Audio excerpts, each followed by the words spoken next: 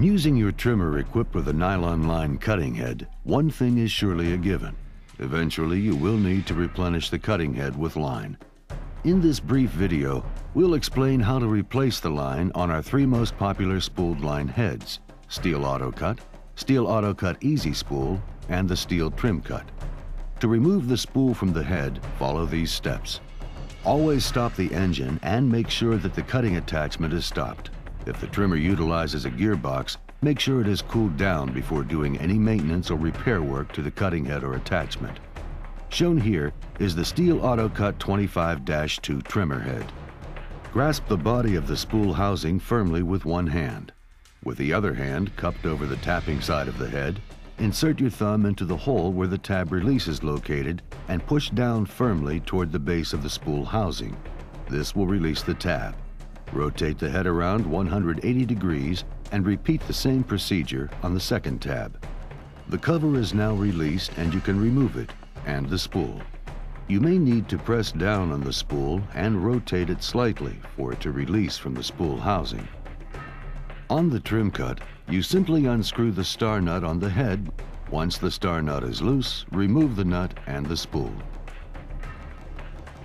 Although you do not have to open up the head on the easy spool to wind it, if you wanted to clean the inside of the head, you simply loosen the cap and lift the spool out of the spool housing. Be cautious though not to lose the spring that is located in the center of the spool. Once the cap and spool have been removed on the auto cut or the trim cut, this would be a good time to wipe away or tap out any loose dirt or debris that may have collected in the head.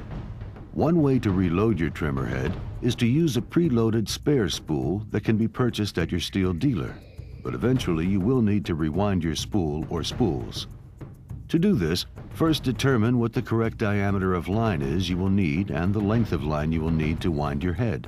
This information can be found on the instruction card that comes with your Stihl trimmer head. If you cannot find those instructions, they can easily be viewed or downloaded free of charge at stihlusa.com. In our example here with the Auto Cut 25-2, the instructions call for two pieces of .095 line that are 16.5 feet long. To get your two lengths of line easily, measure off one length of line 33 feet long.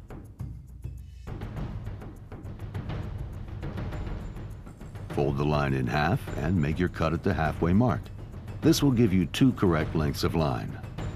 You are now ready to wind your spool. There are a few important features on your spool that you will need to identify.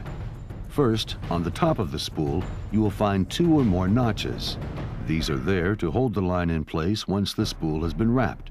Second, you will see the spool is split and the line retaining holes. There are an identical set of retaining holes located 180 degrees around the other side of the spool. And finally, on the bottom, you will see the correct winding direction for the line. Taking one line, you will want to wind the half of the spool that is closest to the notches first. You will want to make a mental note of the position of the retaining hole you will start with. When you wind the second line, you will want to start on the opposite side of the spool.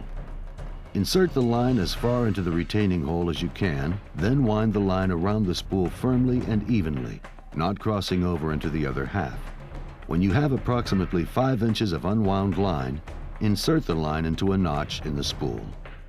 Insert the second length of line into the opposite side of the spool in the unwound half and in the retaining hole that is 180 degrees opposite the first line you wound. Repeat the winding process to about 5 inches of unwound line and insert this line into the notch opposite the notch the previous wound line is in. Carefully place the spool into the spool housing with the notches located just to the side of the eyelets. Press down on the spool and rotate it slightly until the notches and the eyelets match up and let up on the spool. It should remain in this position. Gently pull the line out of the notches and feed them through the eyelets. Place the cover on the head, making sure that the tabs line up with the tab release holes, and press down until you hear it snap into place on both sides. Pull on the line to make sure all the slack has been taken up and the spool engages. On the trim cut, you will need to feed the line through the eyelets in the spool housing, then carefully lower the spool into the housing.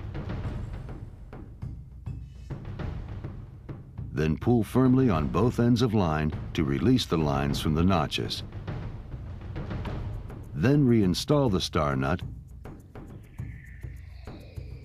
Again, pull on the line to make sure all the slack has been taken up and the spool has engaged.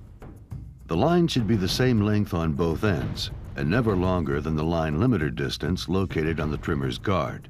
If one line is longer than the other, or if the line is longer than the line limiter distance, trim the line back as necessary.